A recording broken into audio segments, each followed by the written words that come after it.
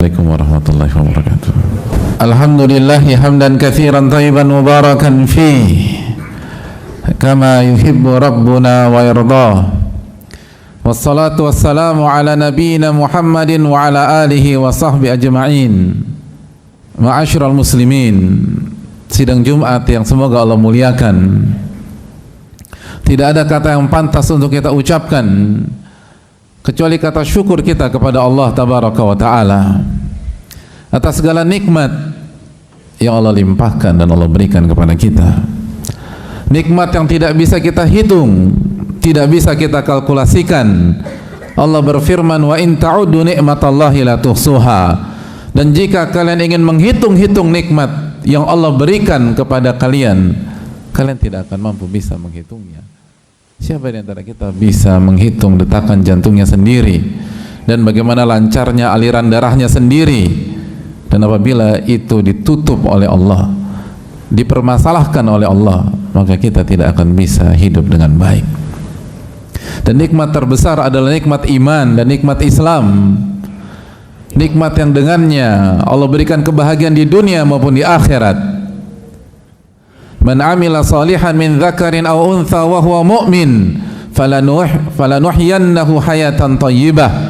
Dan barang siapa yang beramal soleh baik laki-laki maupun wanita dalam kondisi beriman, maka kami akan berikan kehidupan yang bahagia untuknya.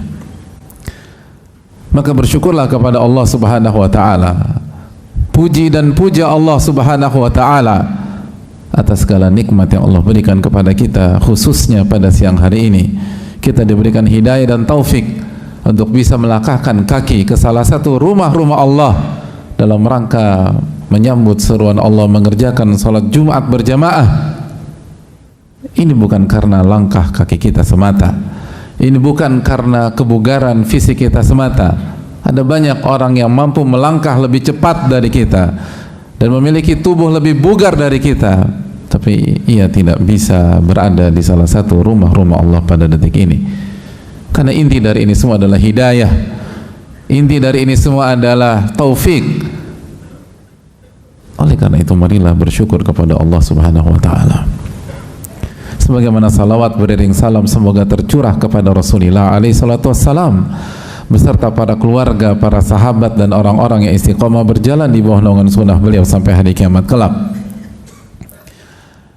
Berikutnya kembali kita mengingatkan diri sendiri dan kita semua untuk senantiasa bertakwa kepada Allah. Bertakwa dalam arti menjalankan perintah-perintah Allah dengan keikhlasan dan sesuai dengan tuntunan Rasulullah sallallahu alaihi wasallam. Bertakwa dalam arti menjauhi larangan-larangan Allah karena mencari wajah Allah dan takut akan azab Allah Subhanahu wa taala, dan berdasarkan ilmu dan sunnah Nabi kita sallallahu alaihi wasallam. Ya ayyuhalladzina amanu taqullaha haqqa tuqatih wa la tamutunna illa wa antum muslimun. Allah berfirman yang artinya, wahai orang-orang beriman, bertakwalah kepada Allah dengan sebenar-benar takwa dan janganlah kalian wafat kecuali dalam kondisi beriman. Allah juga berfirman, ya ayyuhalladzina amanu taqullaha wa qulu qawlan sadida yuslih lakum a'malakum wa yaghfir lakum dzunubakum wa may yuti'illah wa rasulahu faqad faza fawzan 'azima. Wahai orang-orang beriman, bertakwalah kepada Allah dan berbicaralah yang benar dan jujur. Yuslih lakum a'malakum, Allah akan perbaiki amalan-amalan kalian dan Allah akan ampuni dosa-dosa kalian.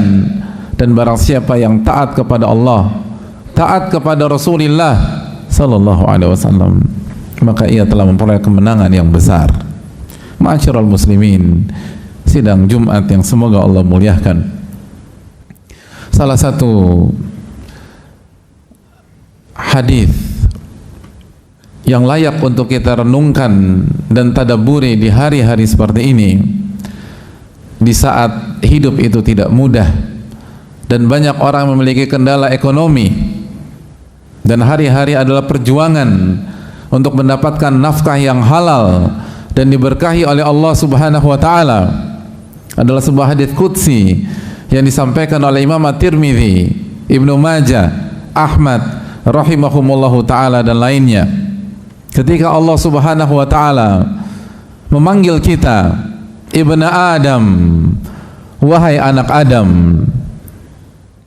tafarraq li'ibadati amla sadraka gina.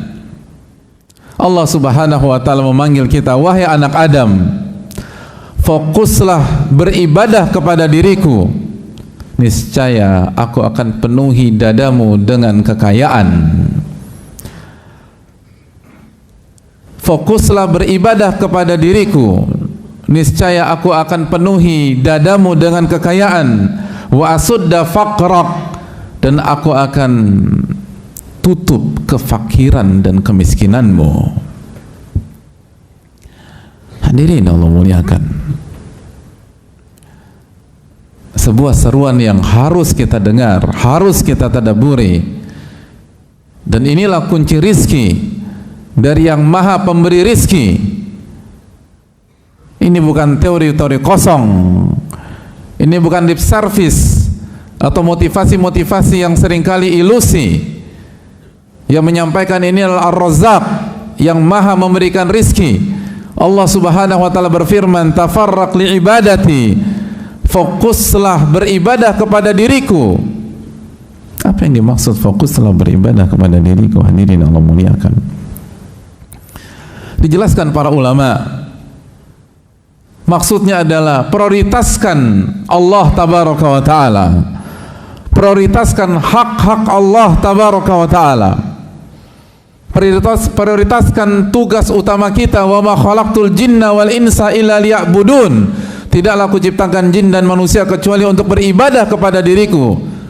Tugas yang Allah firmankan dalam surat Az-Zariyat ayat 56. Prioritaskan tugas kita dalam beribadah kepada Allah di atas urusan-urusan duniawi kita.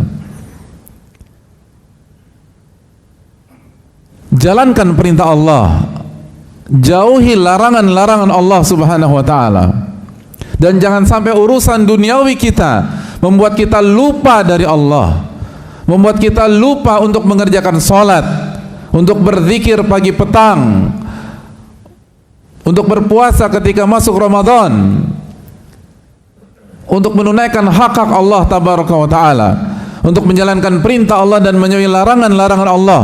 Kenapa? Karena sibuk dengan urusan-urusan duniawi kita. Jangan sampai itu terjadi. Jangan sampai itu terjadi.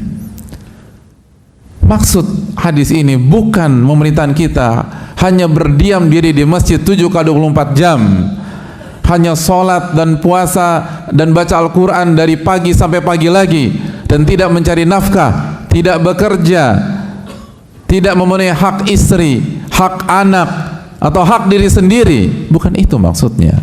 Tapi maksudnya dijelaskan oleh para ulama, prioritaskan hak Allah. Jangan sampai urusan duniawi kita membuat kita lalai dari Allah, lalai dari beribadah kepada Allah subhanahu wa ta'ala, lalai dalam mengingat Allah subhanahu wa ta'ala, sehingga kita tidak sholat hanya gara-gara rapat atau urusan duniawi kita, sehingga kita tidak berzikir kepada Allah, atau kita tidak sholat Jumat pada siang hari ini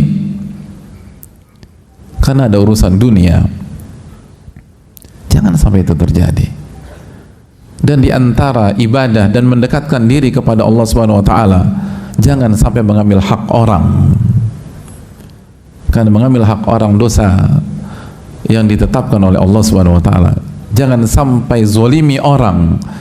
Jangan sampai makan uang orang hanya gara-gara ingin mencari nafkah. Tafarraq li ibadati, fokus beribadah kepada Allah. Tunaikan hak Allah dan tunaikan hak yang Allah perintahkan kepada kita untuk menunaikannya. Apa yang akan terjadi? Amla sadraka gina.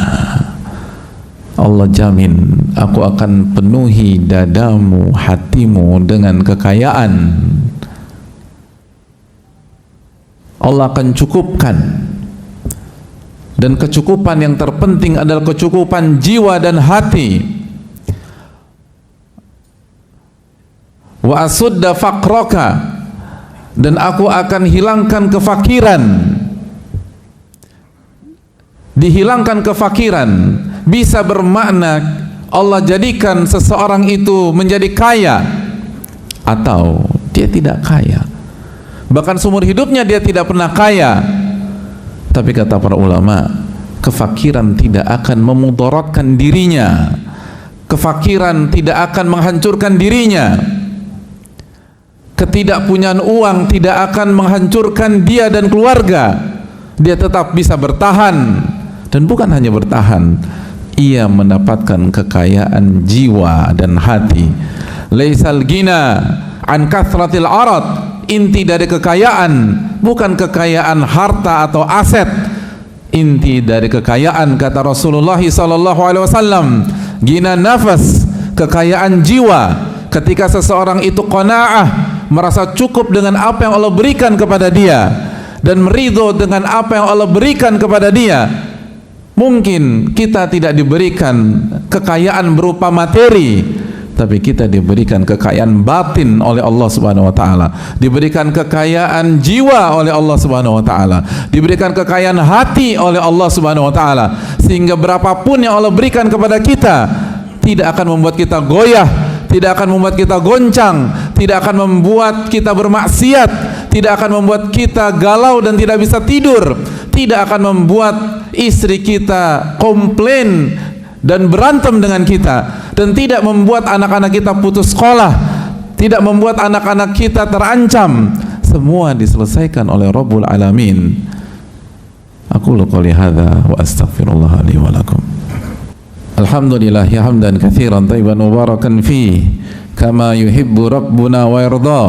Wassalatu wassalamu ala nabiyyina Muhammadin wa ala alihi wa sahbihi ajmain. Ma'asyiral muslimin, sidang Jumat yang semoga Allah muliakan. Wa illa taf'al, lalu Allah melanjutkan, dan kalau Anda tidak melakukan hal tersebut, kalau Anda tidak fokus beribadah kepada Aku, kalau Anda tidak mengamalkan anjuranku tadi,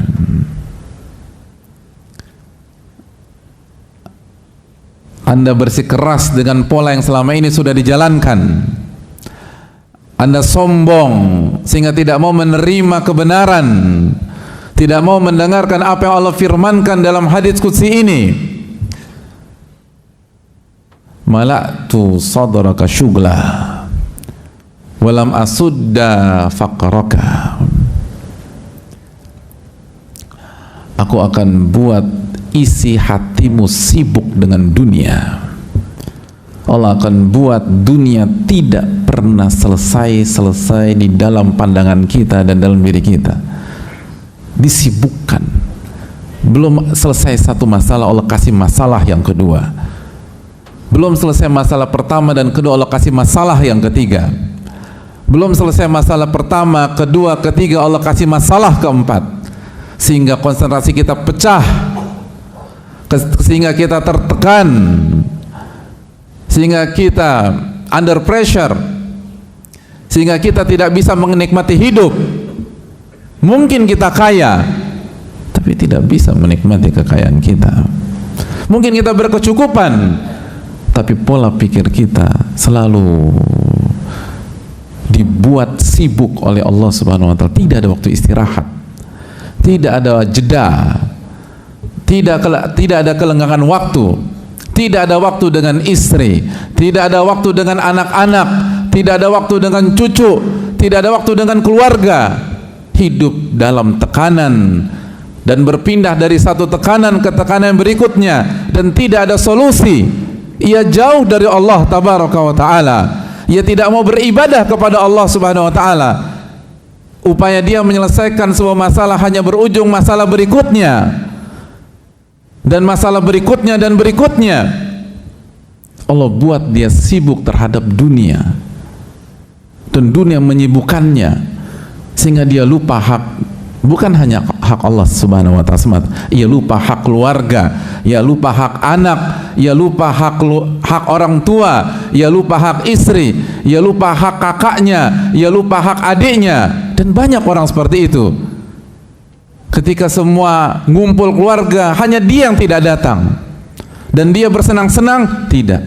dia pusing dan dia pening karena masalahnya banyak pada saat-saat itu. Dia tidak bisa bergabung ketika seluruh anggota keluarga besarnya tertawa, bercanda, dan menikmati masa-masa kebahagiaan mereka. Ia tidak ada di sana. Ia tidak ada ketika anaknya gembira. Ia tidak ada ketika suami istrinya tertawa. Dia tidak ada. Bukan karena dia punya dunia sendiri lalu dia menikmati dunianya. Dia dibuat sibuk oleh Allah Subhanahu wa taala, dibuat tertekan oleh Allah Subhanahu wa taala, dibuat bermasalah oleh Allah Subhanahu wa taala, dan tidak ada yang bisa mengurai kecuali Rabbul Alamin. Namun pada saat itu ia jauh dari Rabbul Alamin itu sendiri. Dan Allah mengatakan walam asudda faqraka, dan kefakirannya tidak akan aku cabut dan tidak akan aku tutup. Apa yang dimaksud kefakiran? Tidak akan aku cabut atau tidak aku tutup.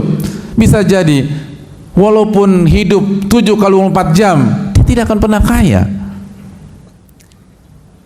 Kan inti kaya bukan lama-lamaan bekerja. Atau kalaupun dia kaya, Allah buat dia tidak ridho dengan apa yang Allah berikan. Allah buat dia tidak qanaah terhadap apa yang Allah berikan. Kekayaannya tidak membuat dia bahagia. Allah mungkin kasih materi, tapi Allah cabut keberkahan dari materi tersebut. Ia mungkin banyak uang, tapi ia hidup lebih sengsara daripada orang-orang yang fakir dan miskin yang ada di tengah-tengah lingkungannya. Allah Maha berkuasa untuk menyengsarakan seorang hamba. Allah tidak harus membuat dia menjadi miskin untuk membuat seseorang hamba sengsara. Allah tidak harus membuat ia fakir. Allah bisa membuat ia tersiksa, menderita di tengah-tengah kekayaan yang sedang ada pada dirinya.